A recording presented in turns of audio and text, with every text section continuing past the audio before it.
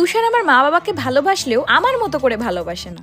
কি ভাবলে এটা আমি বলছি? না না, এই কথা বলা তো দূরে থাক, এই কথা ভাবলেও ভগবান আমাকে ক্ষমা করবেন। আসলে এই প্রথম আমাদের কোনো এক তিথি তুষার ফ্যাম মাদার্স ডে ব্লগে কিছু একটা ভালো কমেন্টের সাথে এই কথাটা লিখেছেন, তোমাদের ভিডিও খুব ভালো লাগে, খুবই ভালো লাগে, আর অনেক আগের থেকে দেখিও। কিন্তু দিদি তোমাকে একটা কথা বলি, শাশুড়িকে ভালোবাসো, অনেক ভালোবাসো, কিন্তু নিজের মাকে প্রথমে রাখ, কারণ তোমার মায়ের তো তুমি একাই, তাই না? দাদাও তোমার মা বাবাকে ভালোবাসে, কিন্তু তুমি যেরকম ভালোবাসো সেরকমটা না। তোমাকে একটা কথাই বলতে চাই, তুমি তোমার বাবা মার একমাত্র মেয়ে, তো প্রথমে তাদেরকেই প্লিজ রাখ। আর এই কমেন্টে রিপ্লাই দেওয়ার আগে বেশ ভালো করেই জানি যে যারা যারা আমাদেরকে ভালোবাসে তারা ঠিক তুষারের মতোই বলবে যে এত ক্লারিফিকেশনের দরকারটা কি, আমরা তো জানি যে তোমরা কেমন, কিন্তু কি বলতো 5 থেকে 10 মিনিটের ভিডিও দেখে আমরাও অনেক সময় ভুল বুঝে ফেলি। আর ও আমার দিদি বলে ডেকেছে, নিশ্চয়ই ও আমার থেকে অনেকটা ছোটই হবে, কিন্তু ছোট হলেও যে কথাটা আমার মনে লেগেছে আর যে কারণে একটু হার্ট হয়েছি, কারণ যে মানুষটা নিঃস্বার্থভাবে আমার বাবা মাকে ভালোবাসে তার সম্পর্কে কারোর যদি ভুল ধারণা হয় তখন কোথাও গিয়ে নিজেরই একটা গিল্টি ফিল হয়। আর যতদূর আমি ছেলেদের দেখেছি বা শুনেছি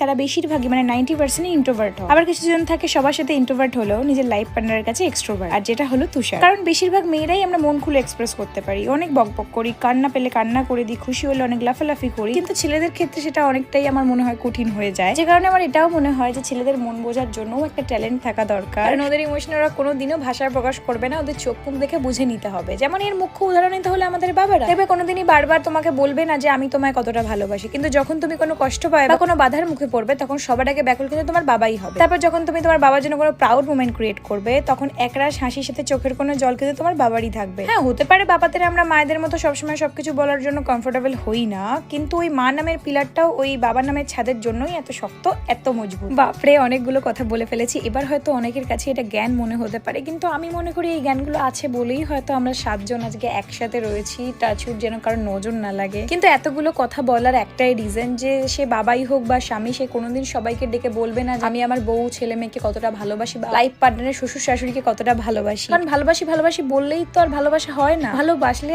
আগলে রাখতে জানতে হয়, যেমনটা ঠিক তুষার আমার মা বাবাকে আর আমাকে আগলে রয়েছে।